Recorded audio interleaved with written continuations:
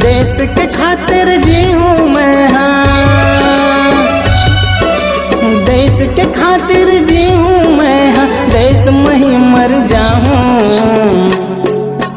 भारत माँ के सपूत मैं, हाँ झंडा ला फहराऊँ। भारत माँ के सपूत मैं, हाँ झंडा ला फहराऊँ। इसी देश के भुइयाँ माँ हो, इही देश के भुइयाँ माँ नित नित मात नवाऊँ। भारत माँ के सपूत मैं, हाँ झंडा ला फहराऊँ। भारत माँ के सपूत मैं, हाँ झंडा ला फहराऊँ।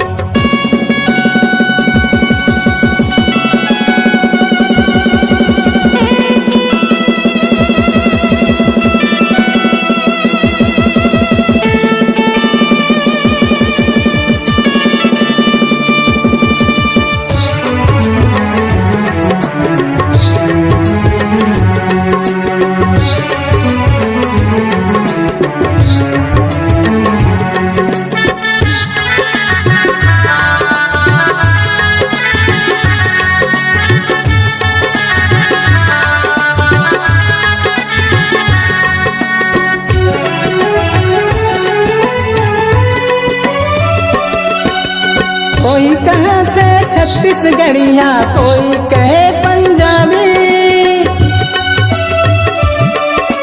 कोई कहते उड़िया मोला, कोई कहे मद्रासी,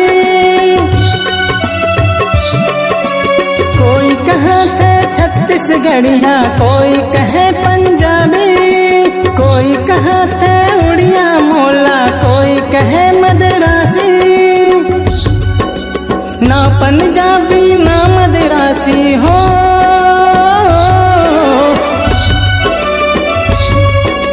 ना पंजाबी ना मद्रासी, भारतवासी कहाँ हूँ।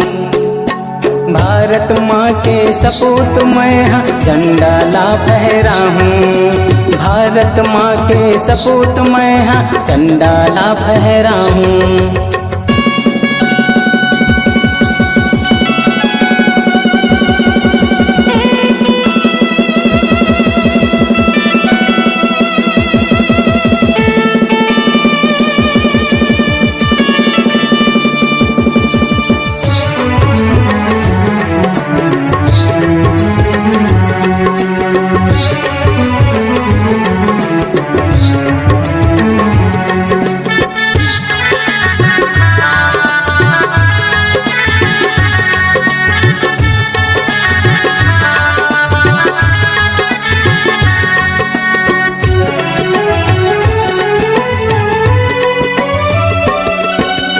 कभू रहूँ मैं नगर शहर माँ, कभू रहूँ मैं गाँव माँ,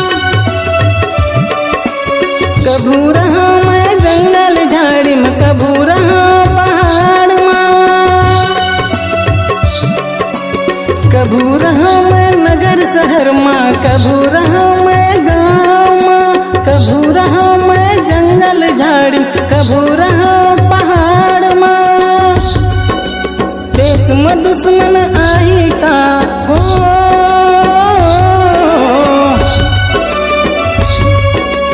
देश में दुश्मन आई का मैं ओला मार गिराऊँ।